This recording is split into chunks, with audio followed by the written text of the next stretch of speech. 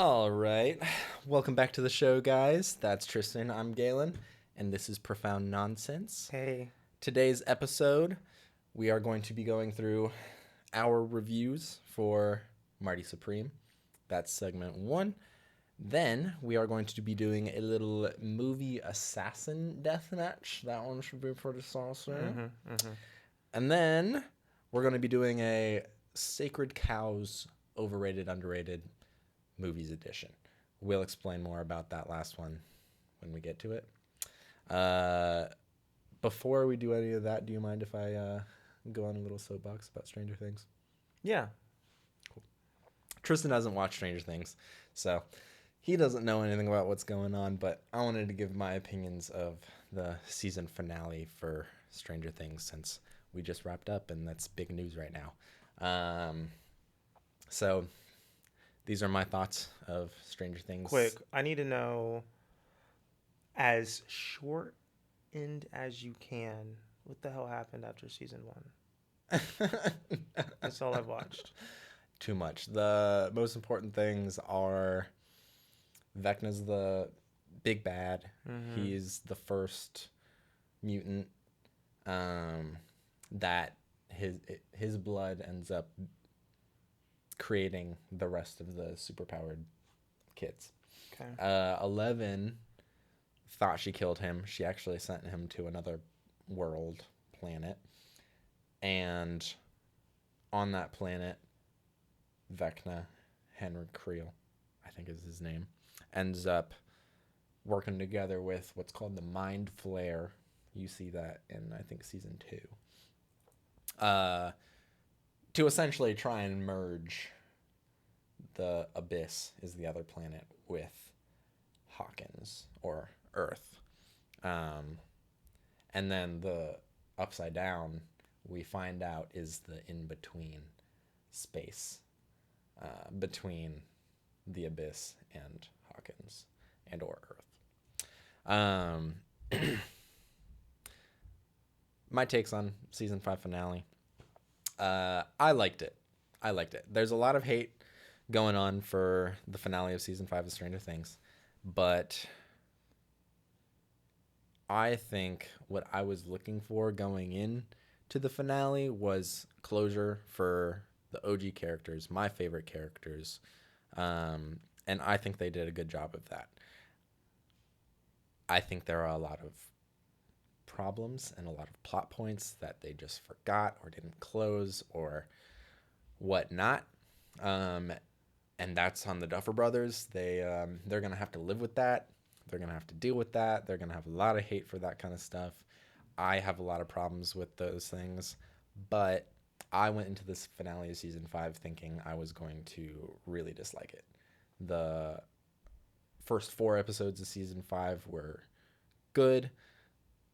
The second 3 were not great, and that really got my hopes down.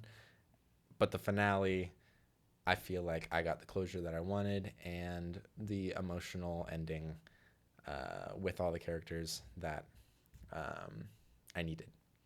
And I kind of like the fact that the end 11L, she supposedly kills herself to end the cycle of people trying to abuse the powers that she has, and military trying to mess around and create new mutant kids, basically. So she, when the Upside Down gets wiped out at the end, she stays in the Upside Down with it.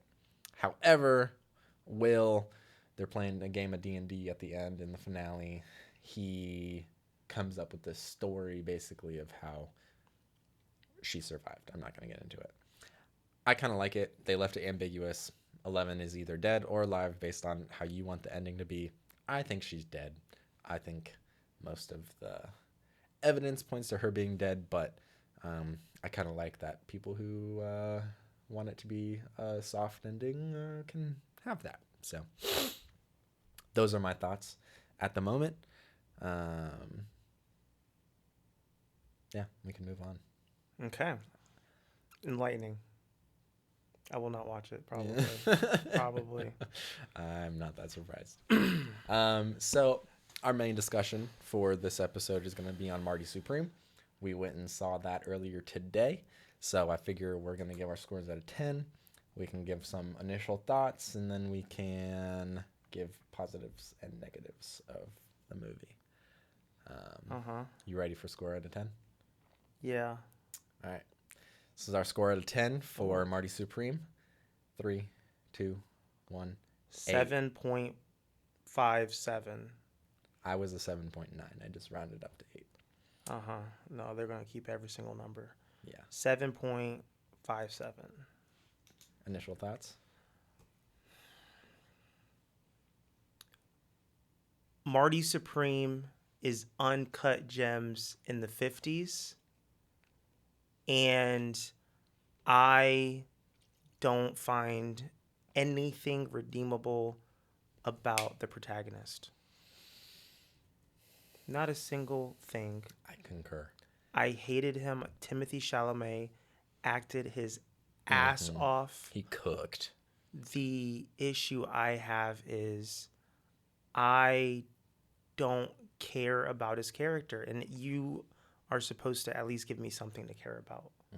If you have such an arrogant, shitty character, Yeah. I can't There's care. no redeemable quality. No, he's just a piece of shit. I Through get and it. That's through. the point. I don't find that entertaining. Yeah.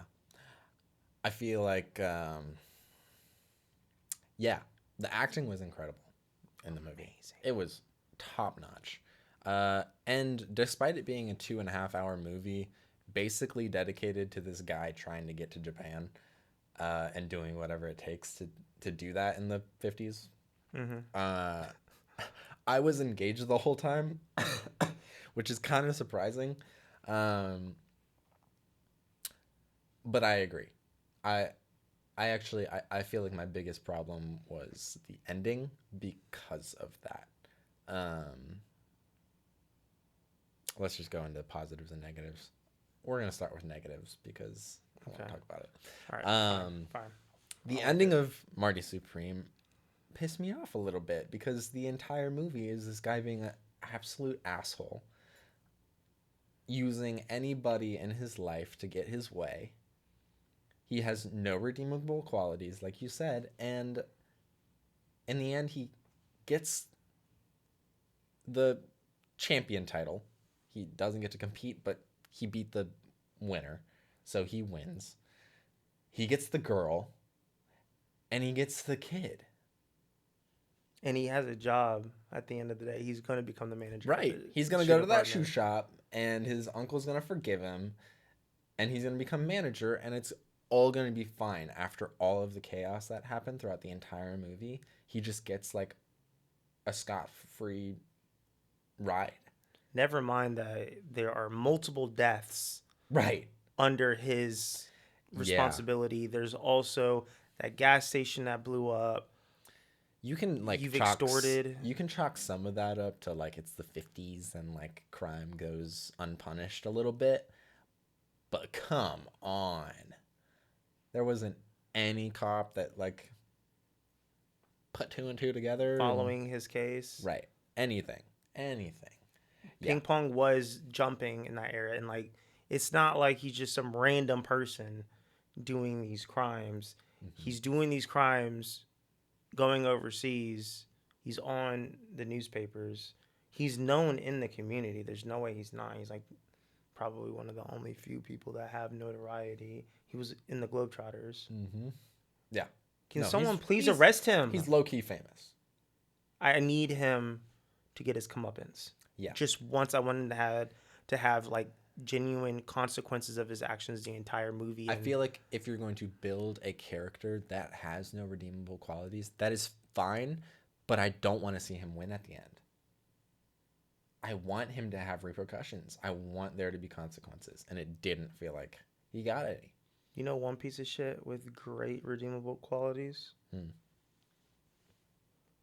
That guy right there. Yeah, I thought you were going to point at me. I was like, what the fuck? No. Not today. Mr. Walter White. Now, he is a piece of shit through and through with redeemable qualities. Yep. Yeah, I just He had, but also not to compare it to one of the best friend characters of all time, but he had a reason for it.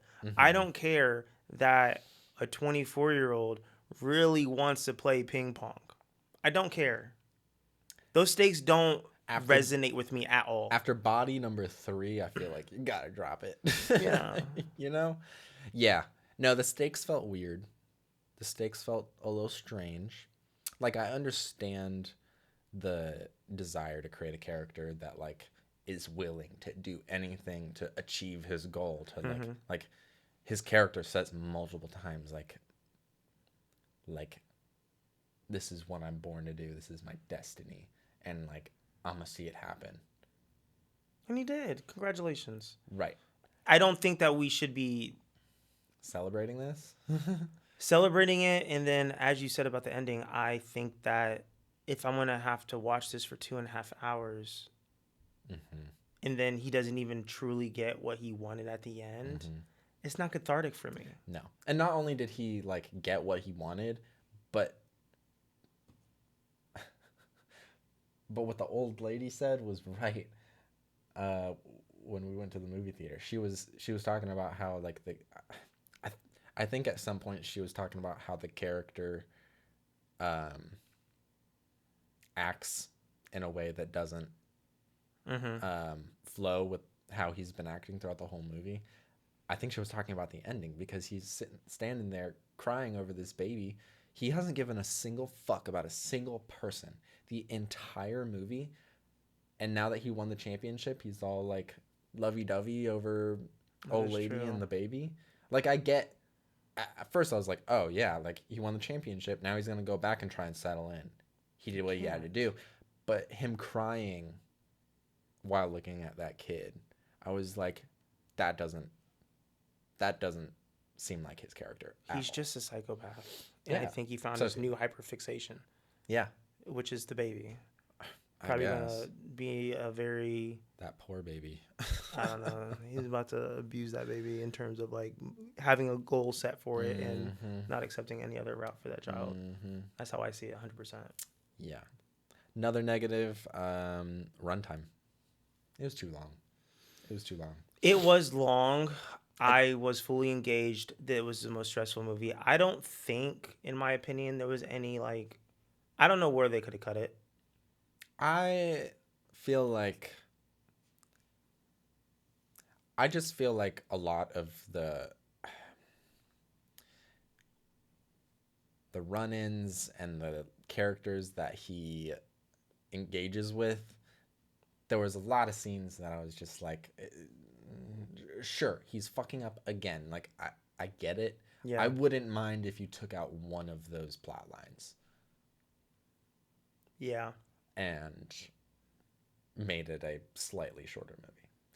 Like it just felt like a constant, and this is what they wanted, and so this is probably a take that like this is just my personal preference, but it was 2.5 hours of just like constant turmoil and like him doing the same shit over and over and over again. And I was like, okay, I get it. I get it. I know Yeah. who he is at this point. Let's get a move on. And what was the takeaway of this whole entire film? Couldn't tell you. I would like, please, please. I'm not trying to be instigative. I really want to know, like, what is the theme that could help me grow as a person after watching this movie? Because I think we're this is going to be transition to the pros. I think the movie was beautiful. Yes. I think everyone's acting was phenomenal. I Spot love the on. sound design. Yeah. Everyone was drippy as all get out.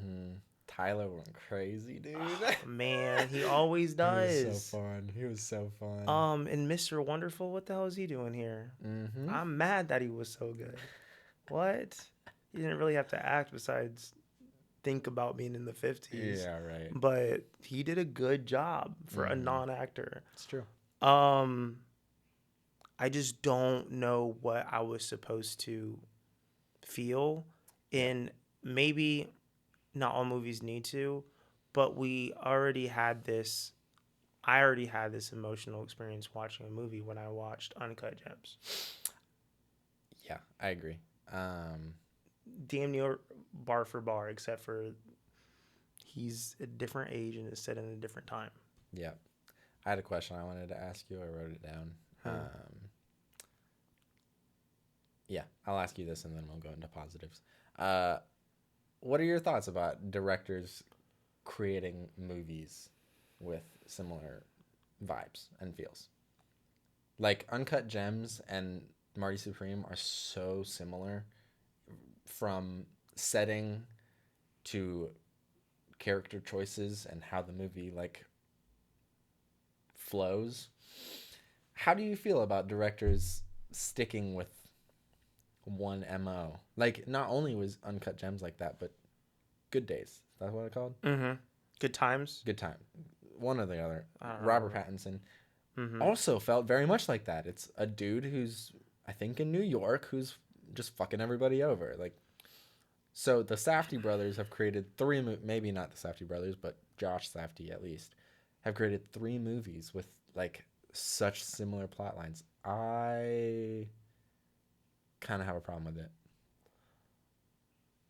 I want to know. Okay, so I feel like all 3 movies, if this wasn't part of this secret film cinematic universe, I'm fine with them existing. I don't regret watching any 3 of them. Yeah. But as a collective, where I know that this director's talented, I know he can spit out a beautiful fucking movie that makes me feel some type of way, Oh, whether it's me liking it or not. But like the lack of variation makes me wonder, is there a driving message that you want us to mm-hmm. know? Or are y'all just like building a roller coaster for us to get on? You know, like, do you think that knowing those 3 movies come from those directors will impact whether or not you watch their next one? Because I'm kind of tired out of that plot. I think I would give it one more go just because I know that I'm gonna see some phenomenal acting, but That's I'm fair. not gonna have any expectations for the plot. No. That's fair. That's And fair. then I can on how respect that. quick I watch the movie is going to be strictly dependent on the runtime. I'm not about to Agreed. watch 2.5 hours of No. a potential Yeah. um, white crash out. Yeah. No, I agree. Don't care for him. I agree. Positives? Positives of Marty Supreme would be Timothy Chalamet really is White Boy of the Year, man. white boy of the year. I hate to say it. Yeah. Hate to say he was phenomenal. You think he deserves Best Actor? At least a nomination. Oh, yeah. I think he's got the nomination. Ah, I don't want it. I can't tell you off the top of my head who deserves it more, but I know. I I didn't don't want to say that out loud. But that's just because I'm a hater. know. But everyone did phenomenal. I think that people's love for Marty makes sense. I can justify and be like, okay, the whole movie Mm-hmm. makes sense. I'm not saying it doesn't. Mm-hmm. I just don't see the point. I think most of my gripes with the movie are just personal preference gripes, Mm-hmm. like the runtime and not fully understanding the point. I think that there are a lot of people who go into that movie and expect exactly what's coming and are like fine with that. And I think if you go into that movie with that mindset, I mean, like, I give it an 8 out of 10. Mm-hmm. It's a good fucking movie. Um, because the story flows so well. It You're does. at the edge of your seat the whole time. I know I was. I The, was tensed up the whole movie. Tensed. you had your knees at your chin. uh, yeah, every actor went stupid. You felt for every character, and every single time he fucked them over, it was a stab in the heart. Uh, they were interesting too.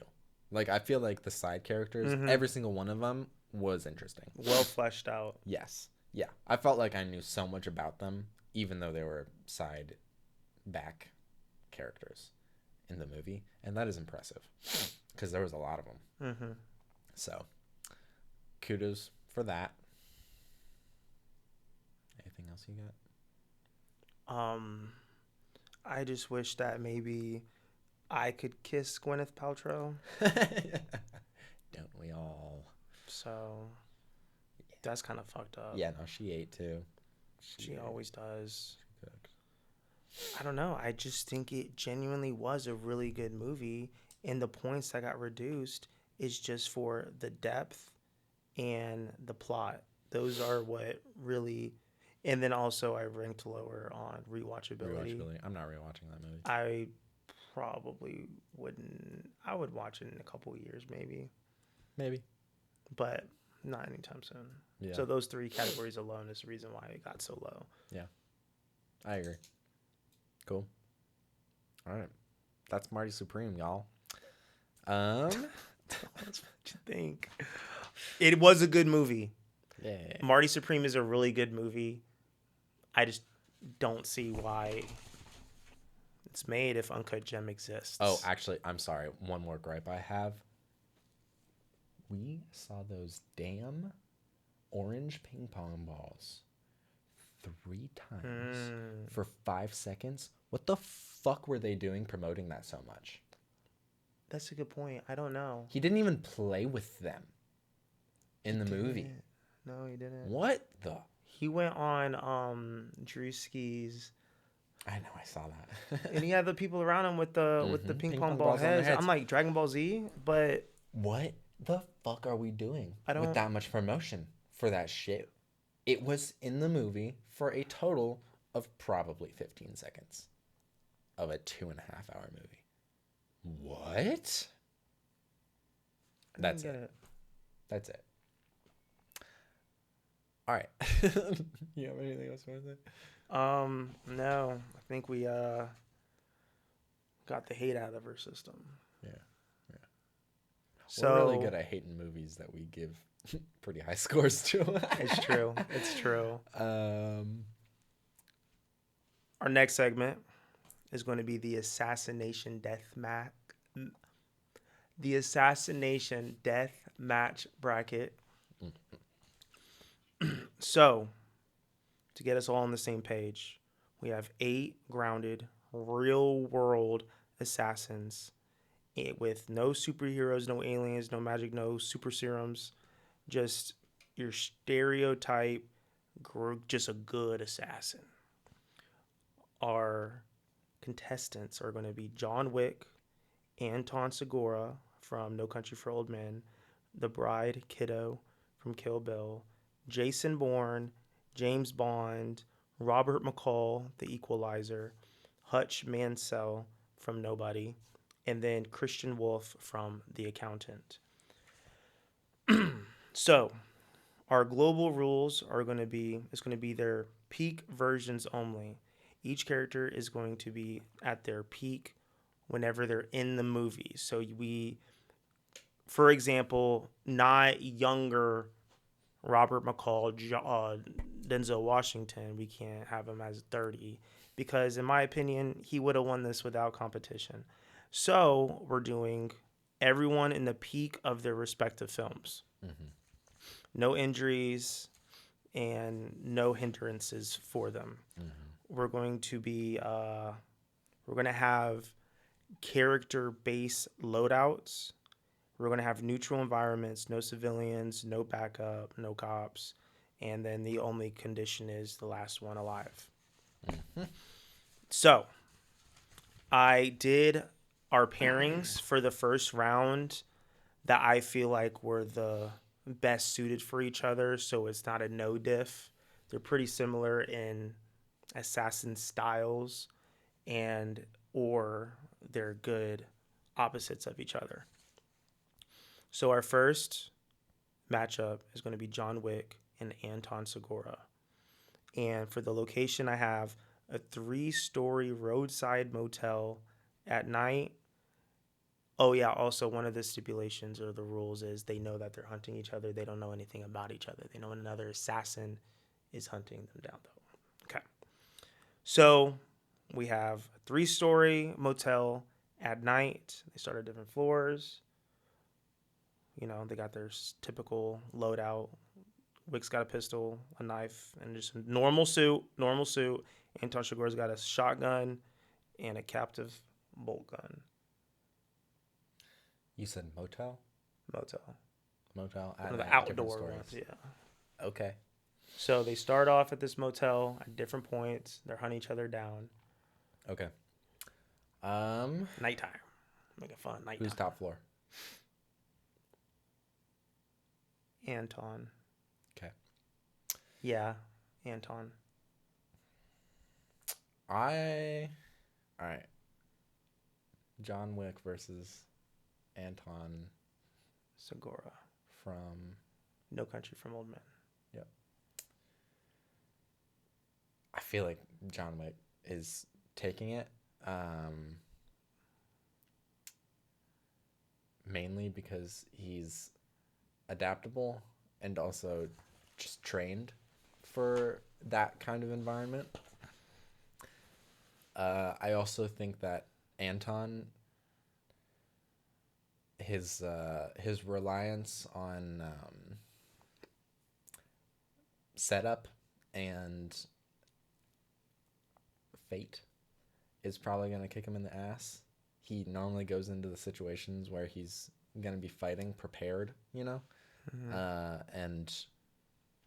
And he's planning the attack as opposed to defending or attack on attack, and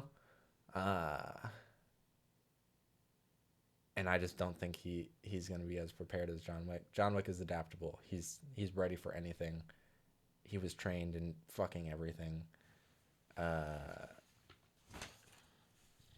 I feel like he's just going to handle the situation better and be able to handle the trials that come up better. It's upsetting because now that I'm looking at this list, I really wish I would have put Anton with somebody else. I wanted him to go a little bit longer. I know. Me too. He's so sick. I just think he does better in open plains. He's not a stealthy, tight corners. I consider him a more tarantula or just any spider where he just waits for his victim to fall into his web. Yep. Yeah. No, he's got everything. So maybe he should have been on top. And I don't know. It doesn't matter. It's John Wick. Yeah. It's John Wick. He's cooked, chat. Okay, Anton. I'm sorry, dude. I should have. Anton. John Wick wins. Different. John Wick wins. I tried. All right. Aw. Okay. So the next lineup is going to be the bride / kiddo with from Jason Bourne from Kill Bill versus Jason Bourne. Now, for this location, we're going to do a shipping container yard at dusk. Start opposite ends. And then also another stipulation is no sniping. That's why I use this location, because she doesn't have any ranged weaponry. Mm-hmm. So we're not using any explosives. We're not using any rifles, none of that. So opposite sides of this shipping container yard, kiddo, she has a katana and throwing blades. Okay. Jason Bourne has a pistol. And then Jason Bourne is also really good at adapting with weapons around him, making things around him a weapon. Yep. So that's what we're doing. Yep. Okay. What are your thoughts? I think that she can disarm him easily. She can get around and disarm him. She's very agile and real quiet. I think that it would be a matter of endurance. Mm. I think they would end up doing hand-to-hand. I think if they end up doing hand-to-hand, she's winning. Mm-hmm. She's kicking his ass. Do you Um, think Jason Bourne will let her get to that point? I feel like that's the quandary. If he sees her once, and if he can draw it out longer, because he's great under pressure and he's great with coming up with a plan, Mm-hmm. right? So if she takes too long to get to him, he's gonna have something figured out, you know. But if she can get to him really quick and start hand to hand combat, he's cooked. So this is a shipping container yard Mm-hmm. at dusk. Mm-hmm. All right, lights getting real low. Visibility's low. There's no really like clear shots of anything around you. There's probably a lot of ruckus going on, Okay. distraction noises. Okay. So I th- they can't see each other at the start? Correct. Okay.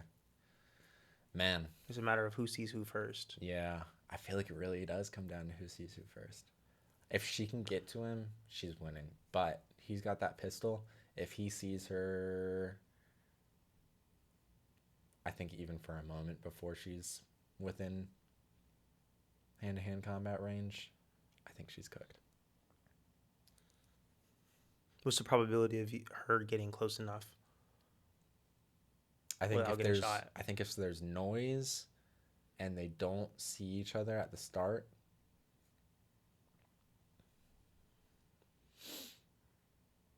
she might stand a decent chance.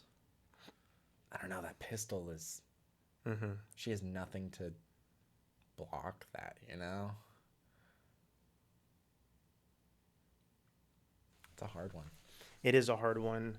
I think that, like I said earlier, I mean, she has a throwing blade It's and she's true. nasty with that. But I don't think that'd kill him. I don't think that's a kill shot. No, but she could definitely close in the distance. For sure. And if she hits him with a blade and then closes the distance, then he's definitely cooked. I think there's a large chance that she comes out on top. My money is on the bride. That's who I'm voting for. I think that she's just as adaptable I agree. as Jason Bourne, and she also most of the time works with less. It's She true. was buried underground It's true. and punched her way out. And this is also not like a tactical situation. Mm-hmm. Like, this is just kind of primal instinct. This is a 1v1. Yeah, yeah. And there's one person that loves a 1v1 and always climb out on top, and that's Miss Kiddo. It's true. Jason Bourne also loves a 1v1, though. Yeah, but He's also really good with hand-to-hand combat. He used she a pen. she plucks out eyeballs. It's true. Yeah. No, if it's hand-to-hand combat, then she's cooking. She plucks out eyeballs and steps on them. It's true. All right. I'm voting for Kiddo. Kiddo. Get up.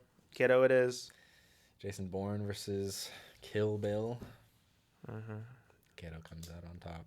Yes, she does. Yes, she does. Now, feminism. That's what this channel is all about. James Bond versus Robert McCall. James Bond. Just a composite. Just James Bond in general. Unless you want to do Daddy James Bond. What's his name? The most recent one. Daniel Craig. James Bond. Daniel Craig. Okay. Yeah. All right. Daniel Craig, James Bond versus Denzel motherfucking Washington. Robert McCall. Old Robert McCall. And then, I mean, Daniel Craig. Like, he's old in the movie. Okay, Yeah. Equalizer 1?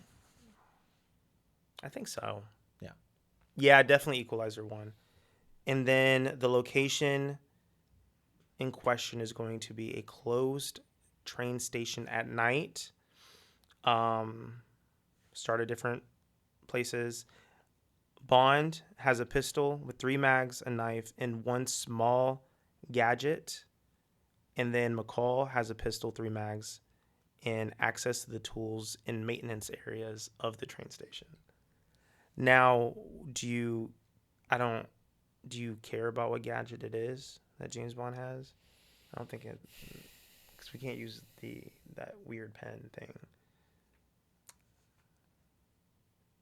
I think James Bond is cooked absolutely washed unless he has like the best gadget that whoever can come up with. So I agree with you 100%. He's starting out in the open. Denzel is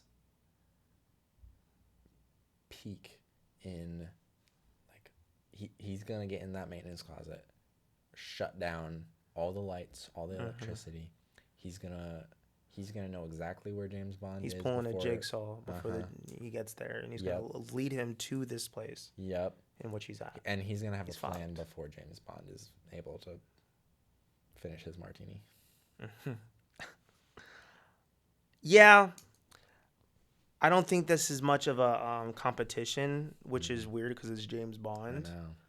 I think that if Robert McCall can get into some tools, anything, Yeah. if he can He's touch the infrastructure hmm of this location, he wins. he's also The most, he walks in a room, assesses it in yep. half a second. He's also just like ready to kill.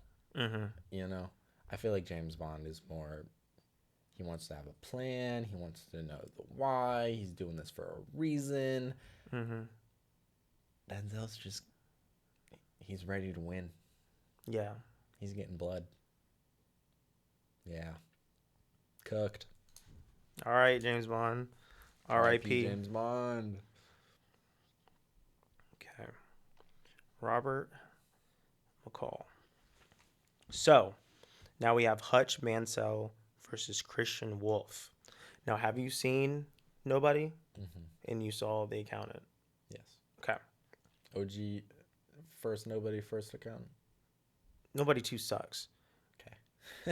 And I I don't thought you think said it was okay. Nobody 2, Yeah. when he goes on vacation I with his didn't family. watch that one. I watched the first one.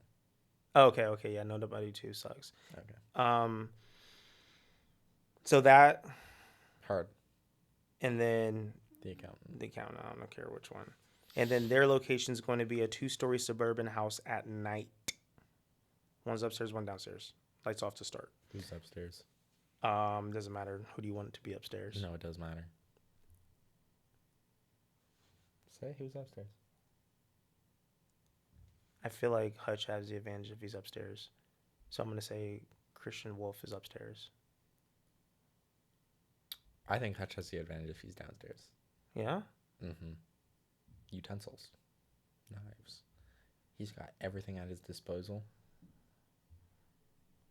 So it would be a more even fight if he was upstairs? I feel like he's got less to use, but more rooms probably. Depends on how this house is. This is a suburban home? So we're talking Mm-hmm. kitchen, living room, dining area. There's probably a basement, but then upstairs is where the rooms are at. Mm-hmm. Okay. Oh, man. This is Hutch's forte. You know, like Yeah, it is. Hutch just knows the environment. He's quick on his feet. Yeah, but Christian Wolf is autistic. Like, Yeah, he but treats this assassin shit like he's punching numbers, which he's really good at, by the way. it's true.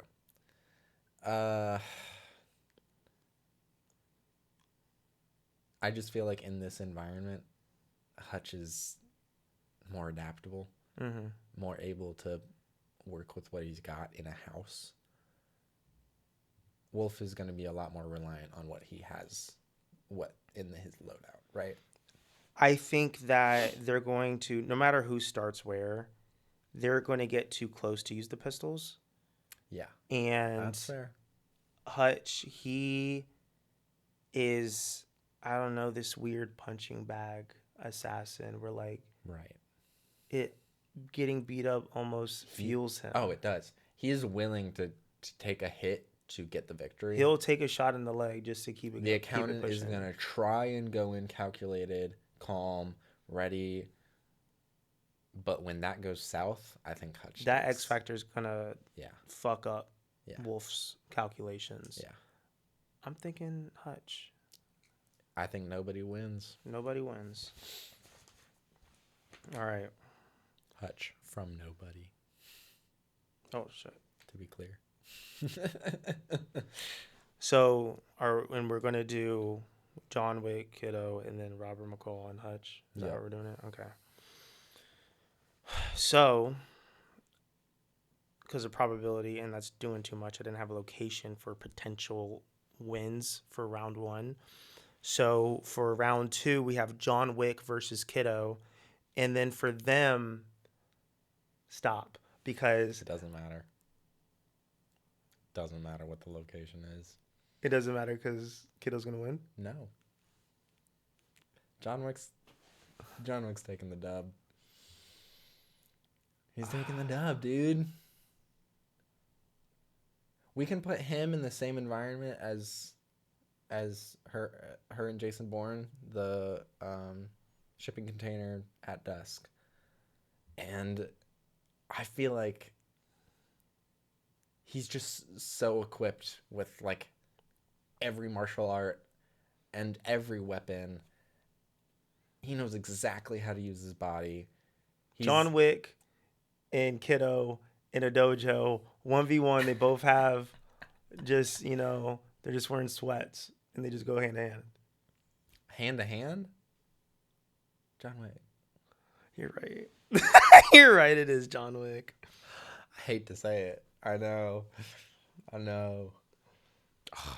At this point, I'm just dick riding. It's upsetting. Sorry, feminists. I tried my best. I tried my best. I love Uma. Okay. Robert McCall versus Hutch. And for them, honestly, I feel like the 2-story suburban house would be feasible. For sure. I think it would be more interesting if we did maybe the shipping container yard. You want to just say shipping container yard is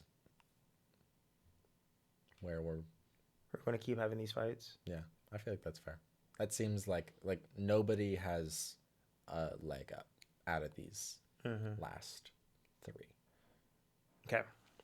So we're going to do shipping container yard at dusk for Robert McCall and Hutch. And like we said, McCall has a pistol with 3 mags, access to tools if there are any, and Hutch has a pistol, knife, and full use of anything around them. Both of them are really good on adapting and using things around them in order for their fight.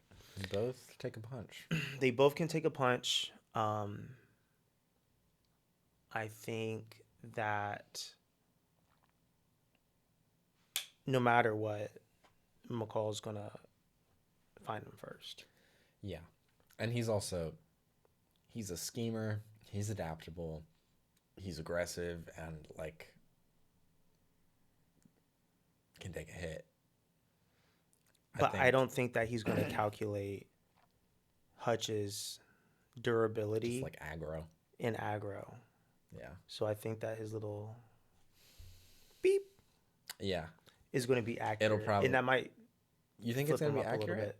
I don't think it's going to be accurate. I agree. I think that it's going to fuck up his timing. That might actually stress him out a little bit. Yeah.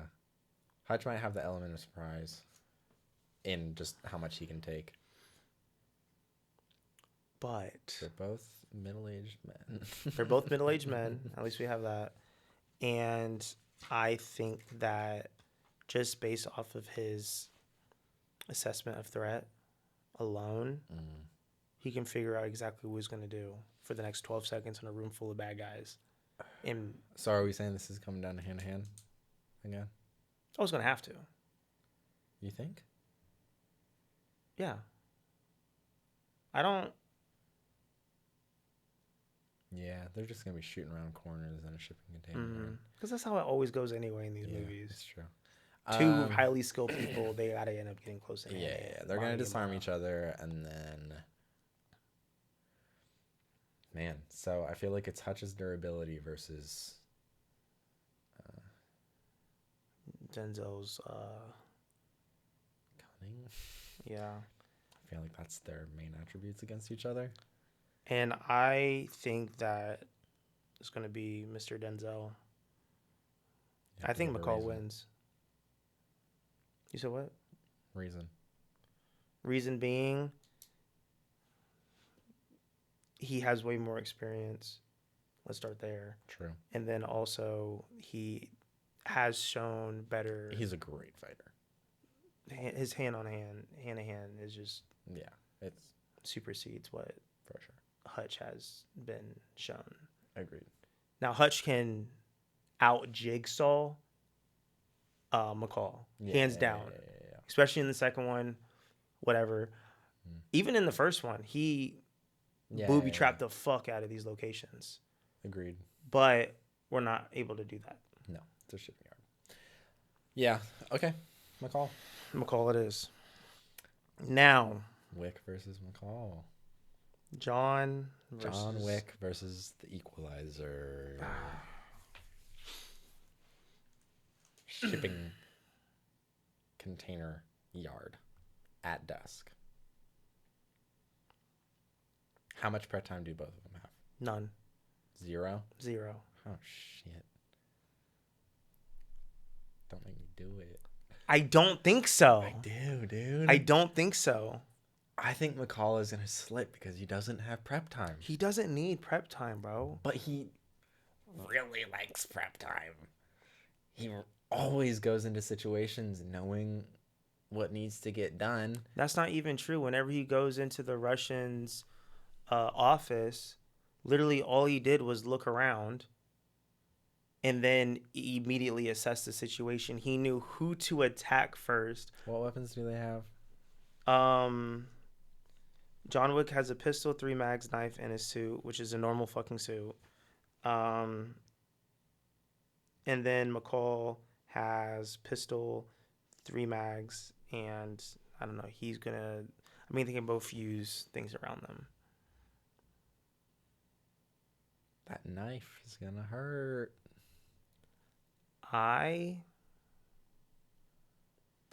think this is going to be a fight of it. This is the true fight of endurance. I think if McCall can create space and time enough for him to like get his bearings, then he takes. But if John Wick can get there fast enough and they disarm each other and he's got a knife.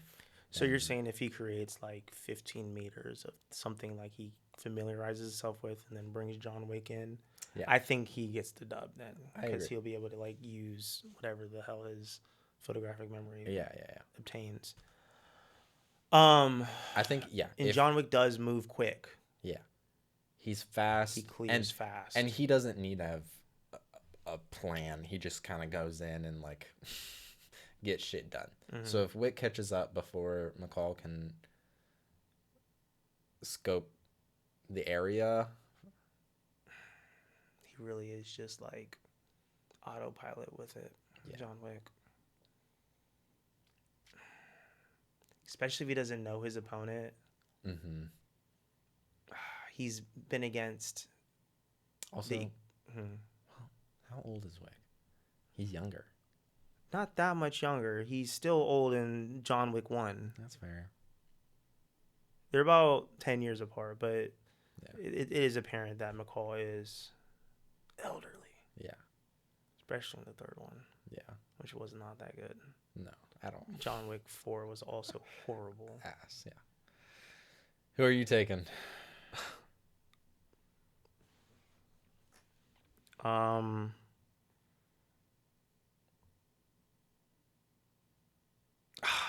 They both clear is the issue, and they both have different examples of clearing. Just a room full of grunts, and then we have 1v1s with talented individuals, and they both come out on top each time.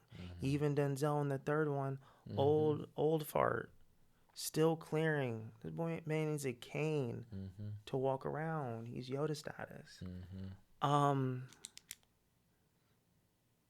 McCall 1, and then John Wick 1, or the Equalizer 1, John Wick 1. I am sorry. I'm probably going to say McCall. I think it's McCall. And I've always thought it was McCall. All along. Of course you did. There's a little bit of bias. Boy loves Denzel. I can agree. I do think it depends on the situation. And I think the situation we created puts Wick a little closer to the top for me. But if McCall has a little bit of time, I think he could take it. Because we cannot give McCall home field advantage. No. Because that's an automatic win. For sure. If it's anywhere he's familiar with, even remotely, he wins. Yeah, that's for sure. If it was in a house, yeah, no, McCall's taking the dub. I feel like the only reason I'm fighting for Wick a little bit is because of the locale. Mm-hmm. If Wick can get him fast. The biggest issue is I don't think that we can, like, let's say they're both retired from movie one. So this is good equal ground because not one is going to get a hit for the other person. So that's not a good situation we can put them in. That's not accurate to the basis which we're trying to put this. They're both retired assassins that literally just trying to live their life. Yep. So any situation, I feel like, I don't know. Yeah. It's a very. They would be best friends. Is the issue. They would literally be besties. Yeah. All right. John Wick versus the Equalizer. They come out besties. They come out as besties. Oh. They kill us for setting up this death match. And then McCall wins. I'm giving that to him. Listen, you think I wanted to give up Anton or Uma? This was hard. There's a lot of bias in there. Uh-huh. No, I'll give it to McCall. I think McCall has a very fair chance of winning. So, I think it comes down to what ends up happening in that ring. Yeah. So, I don't think we have enough time for this last segment. You want to do it anyways or call it? I have a lot of opinions. So I think that we should hold on to this one. All right. We're not going to give it to you. Next week, friends. Next week. Okay. That was the episode. Thanks for joining, y'all. Marty Supreme is a 7.57. Schwab. And Denzel Washington can beat up Keanu Reeves. Allegedly. Let us know in the comments if you agreed or disagreed with our takes on any of the segments we did. Also, let us know if there's any segment you want us to do more of, you want to see less of, anything specific you want us to go over. We appreciate feedback like that. Do you enjoy our problematic opinions?